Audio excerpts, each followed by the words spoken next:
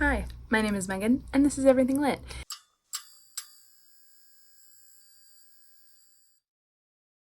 And today I am bringing you a long overdue book haul. I have a stack of books literally this high next to me. Like, it's just out of frame and it is precarious.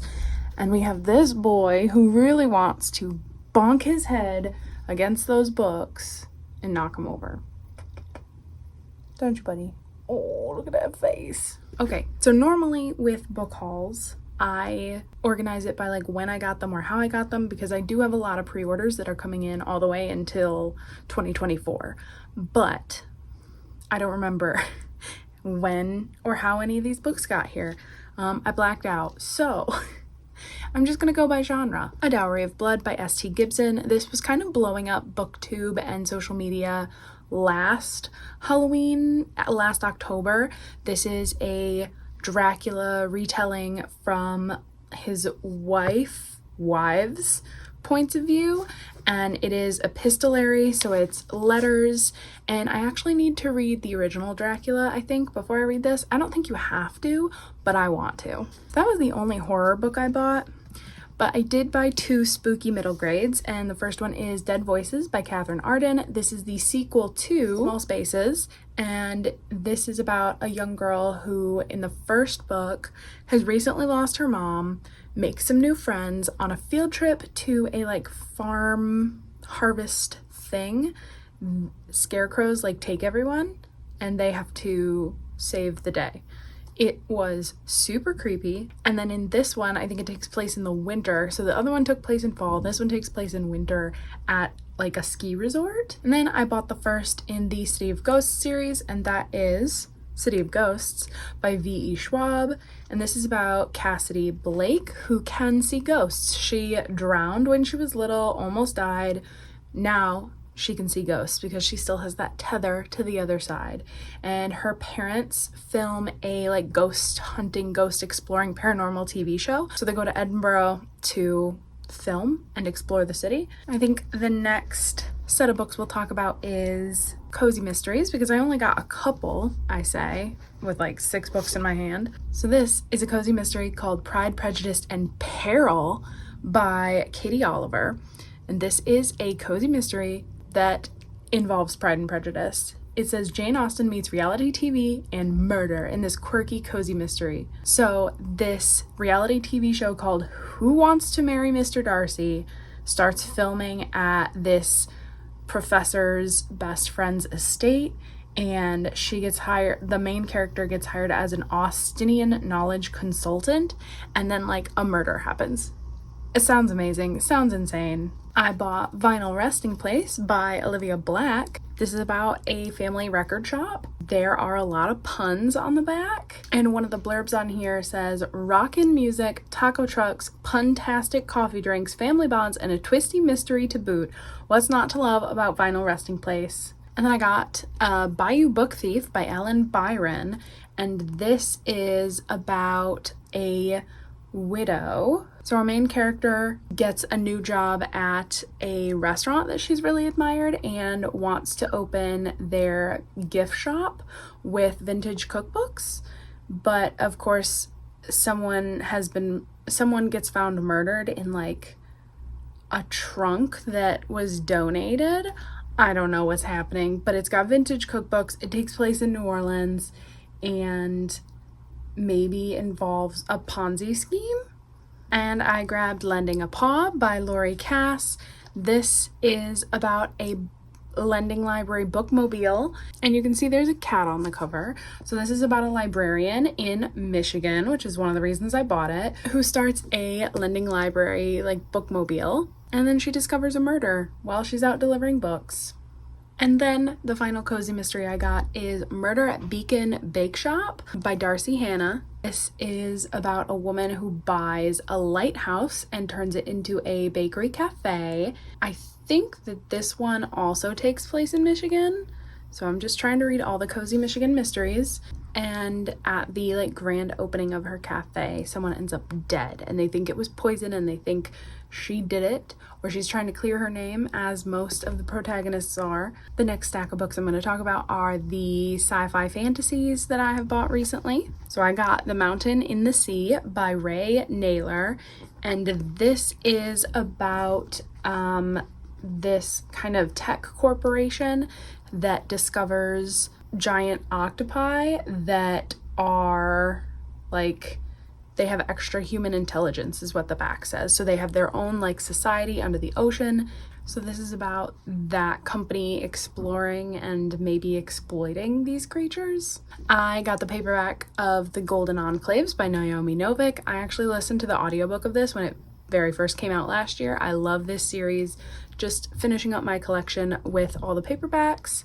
This is the third. The first is about a school that tries to kill you, and all the magical wizard and witch children are forced to go to this school because it's safer than the outside, and it's called the Scholomance, and like literally everything is trying to kill you because the mals feed off of magical energy, and obviously children are easier to murder. So I grabbed Silver Under Nightfall by Rin Chupeco. This is not YA, and I have heard that it maybe has a polyamorous like throuple happening. I don't know, but it's about a vampire hunter hunting vampires, maybe gets entangled in some sort of weird scheme.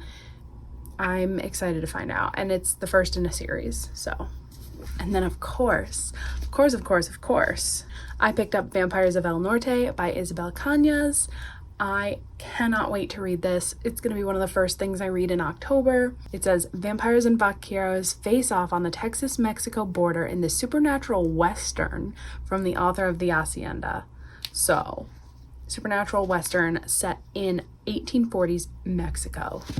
I'm here for it. And I picked up The Daughter of Dr. Moreau by Sylvia Moreno Garcia. I'm really just starting a collection of her books, even though I've only read like 2. But this is a play on Dr. Moreau, The Island of Dr. Moreau, which is like a classic sci-fi that I've never read, but I think it involves experimenting on animals. And this follows the daughter of this sort of mad scientist, and it takes place in Mexico. I picked up A Restless Truth by Freya Marsk. This is the sequel to A Marvelous Light, which I haven't read, but I own it in hardcover, and this was on sale, so I bought it in hardcover. I don't really know what this is about, but it has magic, it's queer historical fiction, and I had the first one, so I bought the second. I picked up The Sun and the Void by Gabriela Romero La Cruz, and this is a mythological story about 2 girls. One is on the way to meet her grandmother when she's attacked by creatures, and another is like the shame of her family, but she's hiding a secret and she maybe has magic. It is pretty thick, but it sounds really interesting, and I love folktales and mythology from other cultures. Like, I have read plenty of Roman and Greek mythological retellings. Give me any other culture. And so this says it is inspired by the history and folklore of South America. And then the last fantasy that I grabbed is The Stardust Thief by Chelsea Abdullah. This involves a criminal, a djinn bodyguard, and they sell illegal magic. But then the main character accidentally saves the life of the prince. It sounds awesome, and I've seen it going around BookTube and getting a lot of hype. I've heard good things about this author. The next category we're going to talk about is thrillers. So I picked up Any Man by Amber Tamblyn. I think this is about a female serial rapist, and of course Amber Tamblyn is an actress. She's written a couple poetry books, but I believe this is one of her first novels. I picked up Killers of a Certain Age by Deanna Raybourn. This is about 4 older women. They're about 60 years old, and they used to be spies, and now their organization might be trying to kill them. Oh, it's about 5 women. I've heard mixed things about this. I picked up The Last Housewife by Ashley Winstead. I have already read this. I need to fill out my Ashley Winstead collection, and it was buy one, get one 50% off, so I picked it up.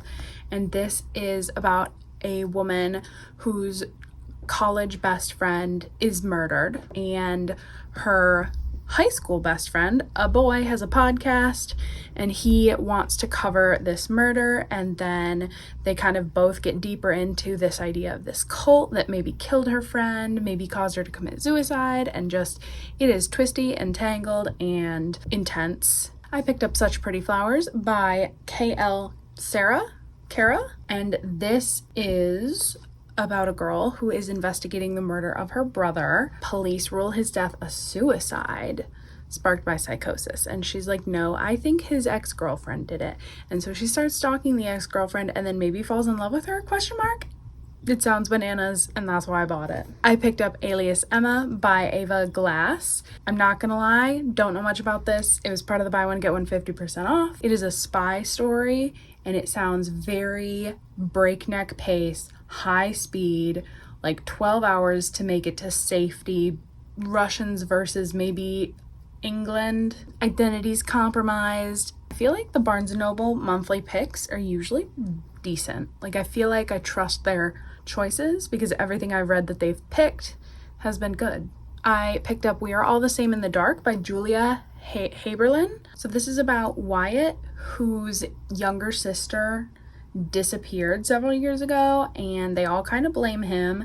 And then recently he finds a lost girl dumped in a field, and now the youngest cop wants to help him solve the mystery of this girl who was dumped here, but also probably the mystery of his sister going missing. It's got a small town setting and this mysterious girl's vanishing. I picked up the new Ruth Ware, 0 Days. This is about a husband-wife, like hacker, internet security couple, and one day the wife gets home and the husband is gone without a trace, without a note. They think that he's dead or something more sinister is going on. I don't know.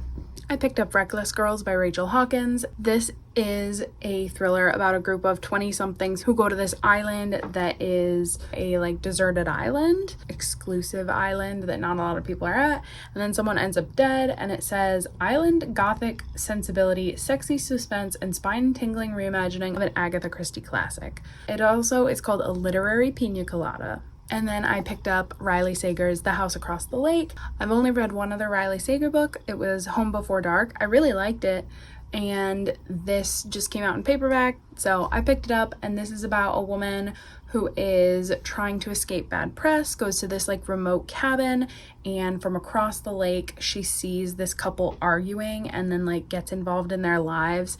I've heard it goes off the rails. Sounds fun to me. And then I've got my literary fiction stack. So I got Swimming in the Dark by Tomasz Jadrowski. This is a queer historical fiction about two men in 1980s Poland. You're gonna see a theme here. This is A Ladder to the Sky by John Boyne, and this is a queer story about a man who preys on the talented and steals their books and then passes them off as his own. I picked up The Bandit Queens by Parini Shroff. This is about a woman who like loses her husband and then helps other women. Yeah, it says Gita lost her no good husband, as in he walked out on her, but people think she killed him. There are some perks to people thinking she killed her husband, and she starts helping other women.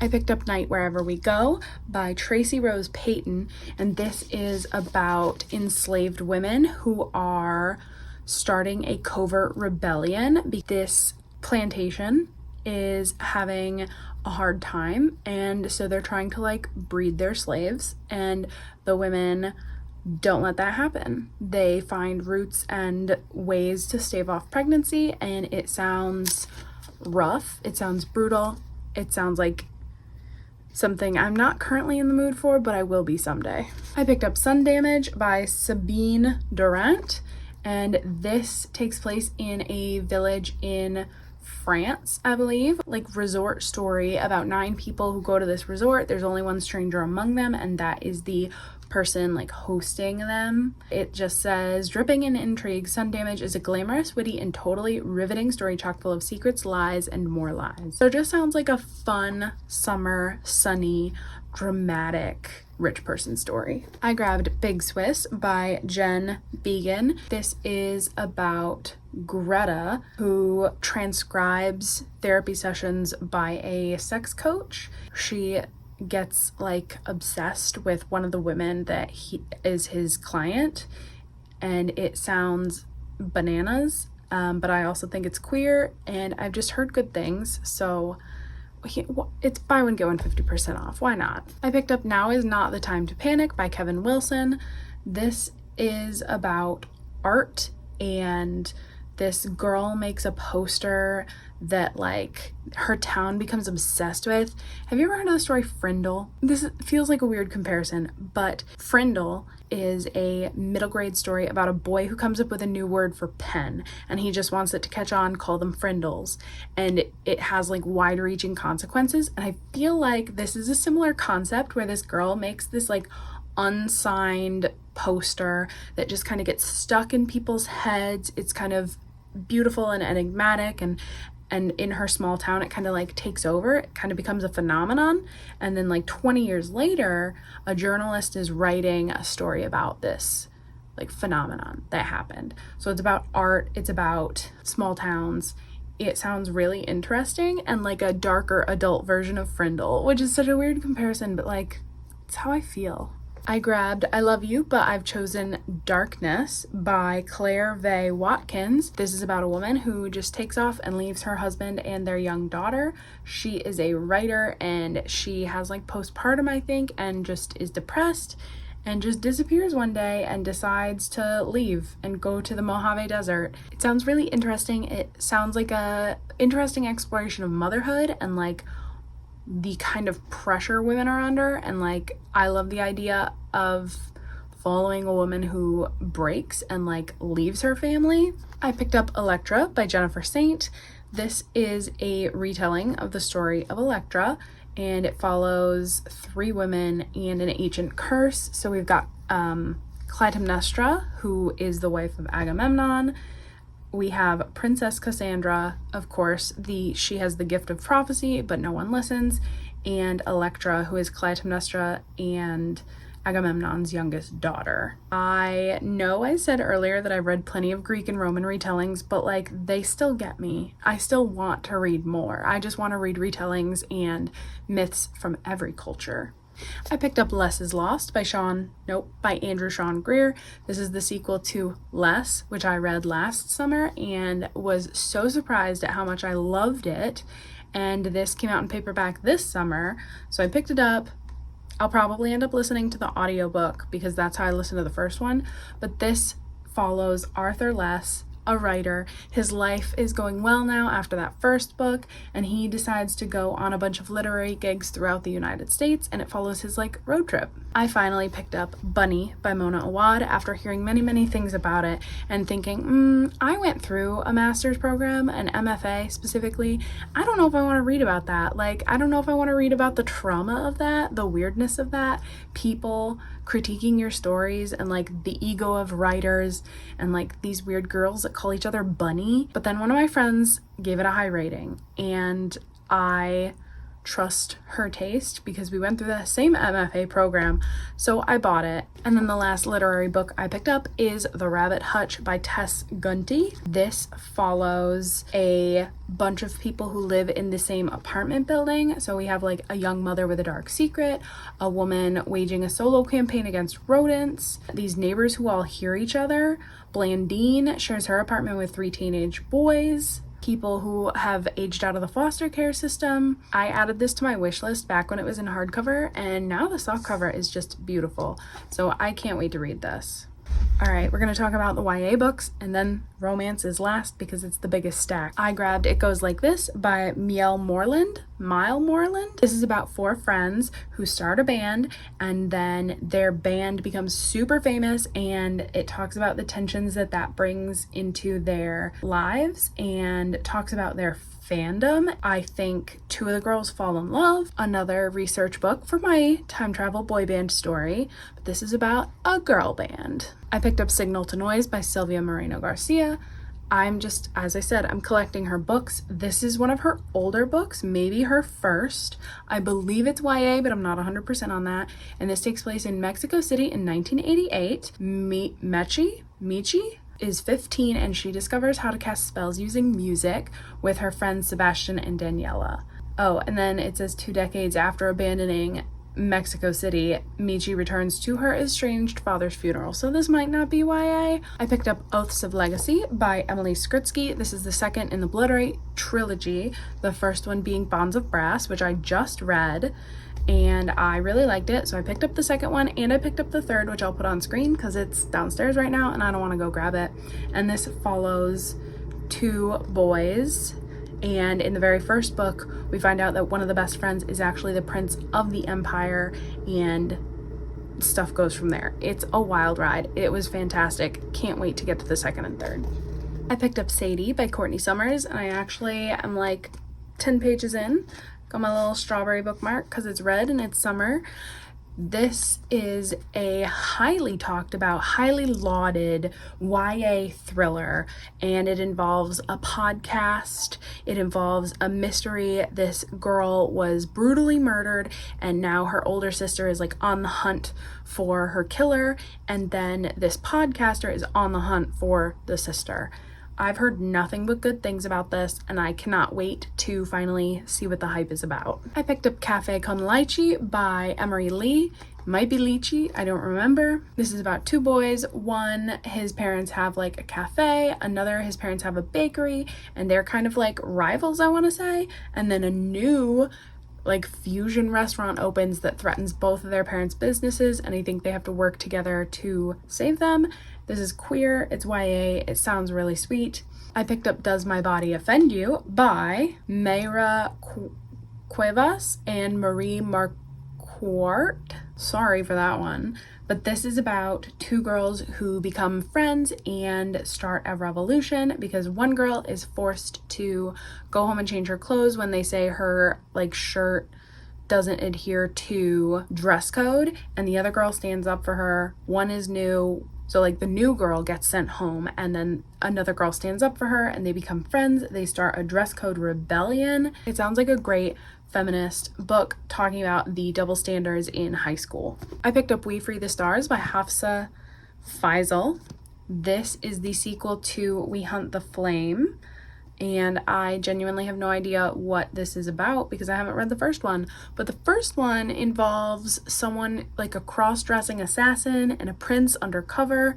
I've heard good things. I finally picked up the sequel because it is a duology, so now that I have both, hopefully I will read them. I grabbed Places We've Never Been by Casey West. This is about 2 best friends who go on a summer road trip, and I think they fall in love, a little friends to lovers story.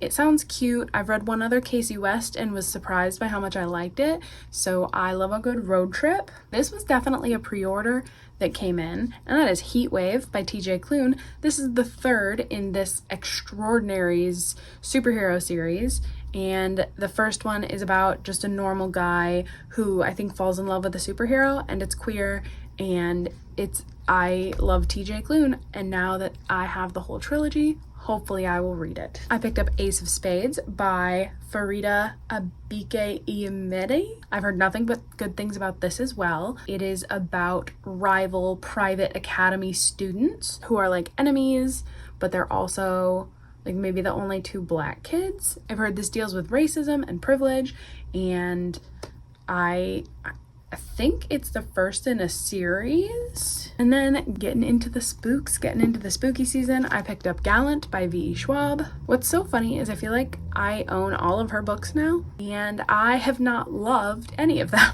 but I keep picking them up, so here we are. This is a haunted house story. A girl gets a letter inviting her home to this like ancestral seat, and then the people, when she gets to the manor, they didn't expect her. They didn't know she was coming. Sounds weird, sounds spooky. I'm thinking we've got alternate dimension vibes, maybe? And finally, the last YA book. I hope to read it this October is She Is a Haunting by Trang Tan Tran. And this is also a haunted house story, I believe. So our main character, Jade, goes to Vietnam to visit her estranged father, and she just wants to survive the vacation, the 5 weeks in this house. But the house is definitely haunted. There are ghosts that leave messages, and her sisters don't believe anything's happening. This sounds incredible, and I've heard that it is very spooky. And then we've got the last stack of books, which is literally so tall. It is as tall as me sitting down practically. Is all romance. Has she been in a romance mood? No, I've been reading fantasy, which is why these are piling up. So let's talk about it. I picked up Sammy Espinosa's Last Review by Taylor K. Mejia. This is a queer female-female romance. Our main character writes music reviews. She was catastrophically broken up with by, a big rock star or a big pop girly, and then she goes back to her hometown to kind of get the scoop on this rock star that used to be her best friend and maybe use him to get her career back on track after, this big fallout with the pop girly. I picked up The Soulmate Equation by Christina Lauren. I was kind of on the fence about this, and then I finally read The Unhoneymooners and was like, actually, I love their writing. I want to read this. And this is about a single mom who gets on this app where the CEO or the creator of the app gets matched with her. And it's about like using your DNA to find your perfect soulmate. So obviously they start fake dating for the publicity to show that like this DNA matching works. And then, it's a romance. They fall in love for real. I picked up To Have and to Heist by Sarah Desai. This is about a girl who, relatable, lots of student loan debt, and then her best friend has been accused of stealing a multi-million-dollar diamond necklace, and then she meets a guy who is gonna help her find it, and I think they have to fake date. I picked up Forget Me Not by Julie Soto. This is about a wedding planner, and she's planning this big career boosting wedding, and she finds out that the florist is her ex-boyfriend, and they have to work together to put on this wedding and make sure everything is perfect so both of their careers are Gucci gang. I'm not a huge fan usually of second chance romance, but I've heard really good things about this, and I just kept seeing it everywhere, and I was like, you know what, the cover's beautiful, I don't care, I want it. This was a pre-order as well. Cruel Seduction by Katie Robert. This is the 5th in the Dark Olympus series, and this has like a really tangled like poly knot, I guess, between the new Aphrodite, the new Hephaestus, Pandora, and Adonis. 4 people, 1 romance, and the plot of this series has like gotten bigger. The world has gotten bigger, so can't wait to see what happens in this. After reading the new Chuck Tingle horror book, I ordered Trans Wizard Harriet Porber and the Bad Boy Parasaurolophus. I don't know how to say that word. I give up. This is by Chuck Tingle, 2-time Hugo Award finalist. And this is about Harriet Porber, a trans wizard who has like a viral spell right out of wizard college. And then she goes to this more isolated place and finds that her new neighbor is an angsty bard. And this Parasaurolophus spellcaster is a bad boy until like his powers and hers like combine, and it says it's a romance. And I actually have kind of I've just followed Chuck Tingle's career for a long time. At this point, it's been like 8 or 9 years since I first like discovered him and started reading his books. I don't read every single one, but I read the ones that sound really interesting or appealing, or when he is trying to prove love is real, which is every book. But this is specifically a parody of Harry Potter because the author of that series said a lot of mean things about trans people and is horrible and has given a lot of money to hateful groups. And Chuck Tingle was like, no, here's a trans wizard named Harriet Porber, and we're just gonna show you that love is real and it doesn't matter. And I hope that this is really good. I trust Chuck Tingle, which is a weird thing to say, but I do. I bought For Butter or Worse by Erin LaRosa. This is about a chef, Nina Lyon, who is going to be a co-host of a new cooking reality TV show, and she finds out that her other host is someone that she has worked with before, and he drives her insane. And I think it's kind of an enemies to lovers, rivals, will they, won't they.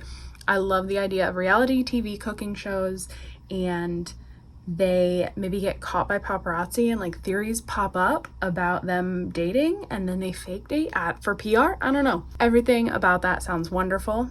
And I have a tendency to see a new book that an author is coming out with. So Erin LaRosa is coming out with a new book called Plot Twist, which is about a writer.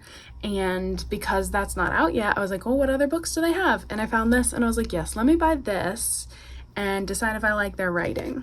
I bought We Could Be So Good by Cat Sebastian. This takes place in the 1950s, and it is about two guys who work at a newspaper. One of them, his father like owns the newspaper, the other is a reporter, and they fall in love. And so it's a gay romance set in the 1950s. I love Cat Sebastian. I read some of her other works. I went into the store, and I have a book haul or a come shopping with me where I talk about this, but I went into the store for like 1 or 2 books and I came out with like 6 because I'm trash. But one of them I had no intentions of buying, and then I picked it up and read the back and was like, oh snap, do I need that?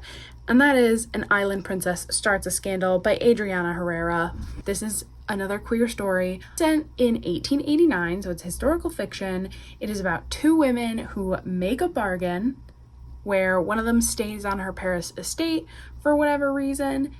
They fall in love. It sounds amazing. It sounds scandalous. A lot of authors that I follow on Instagram and authors that I really like their work said that this was good. So what can I say? I picked up The Secret Lives of Country Gentlemen by KJ Charles. This is another queer historical fiction romance about 2 men who one is a smuggler and one owns like an estate in the country. And I think there's a murder mystery element to this. I actually have no idea what it's about, but I have just seen KJ Charles around a lot and I've never read any of their books. So I finally picked one up. I'm so excited for this book. I got Taste Like Shakar by Nisha Sharma. This is the sequel or, companion book to Dating Dr. Dill, which I loved. And this follows Bobby. She is planning her friend's wedding, from the first book, and she is annoyed with the chef Benjamin, and they have to work together to bring this wedding together, and it's going to be kind of an enemies to lovers, and I just trust Nisha Sharma with my life. I picked up Kiss the Girl by Zoraida Cordova. This is the 3rd in the Meant to Be novel series, taking classic Disney stories and retelling them as modern romances. So this is, of course, The Little Mermaid retold, and I believe that they are singers. I picked up Jane and Edward by Melody Edwards. This is a modern reimagining of Jane Eyre. I love Jane Eyre, one of my favorite books. And Edward is a CEO who can't keep an assistant. He's too loud, he's too sharp, and Jane is a former foster kid who needs a job. She needs the job security, so she is going to do whatever it takes to keep this job. I have heard good things about this, so I'm hopeful because I feel like for me, not a ton of Jane Eyre retellings actually work. And then, this beautiful edition of Wolf Song by TJ Klune is something that I bought. Like, it's so gorgeous, even under the cover, like, absolutely. This is a queer werewolf romance, and that's all I know. It's a 4-book series, and I'm gonna buy all 4 books in this beautiful cover. I actually had the self-published original cover, but I hadn't read it yet, so I was like, why not? Which brings me to my next book, also a pre-order. I got the sequel as well, Raven Song by TJ Klune, and so I think that each of the books in the series follows a different brother in this wolf pack. I picked up Georgie All Along by Kate Claiborne. This girl, Georgie, comes across an old notebook with a lot of her dreams in it, and this is marketed as a romance, but it feels more like a chick lit self-discovery book. I picked up Summer Reading by Jen McKinley. This follows a girl on Martha's Vineyard staying at a cottage, and she doesn't really care for reading, but she meets this guy who does like reading, and I think they make a bet to see if he can get her to like reading by the end of the summer. And what's really interesting is that like she has always hated books because of her dyslexia. This main character has dyslexia, and so the font of the book is like dyslexic safe, not safe, but like is specifically helpful or easier to read for people with neurodivergent things like that. So that sounds really amazing. I read the first chapter and I had to buy it. So that tells you everything you need to know. I had to buy it after like 10 pages. I picked up The Nanny by Lana Ferguson. I had eyed this before and read the first couple pages and put it back. And then I went to the bookstore like a month later, and one of the booksellers recommended it to me, and I can't say no to that.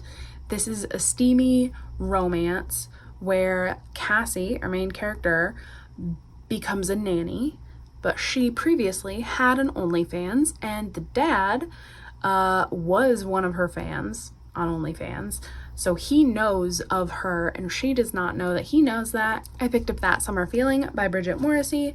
This is a queer summer romance. I have heard good things about it. It is about a group of friends who go to this like summer camp. Our main character goes with all her friends after being recently divorced, and I think falls in love with a woman for the first time. Just yes, absolutely. I feel like summer is coming to an end. When am I gonna read this? Probably gonna be next summer, but I want to read it now. I picked up Sizzle Reel by Carolyn Greenwald. This is a female romance set in, Hollywood, between an A-list actress and a cinematographer who is bisexual. We love bisexual representation. The cover is dreamy.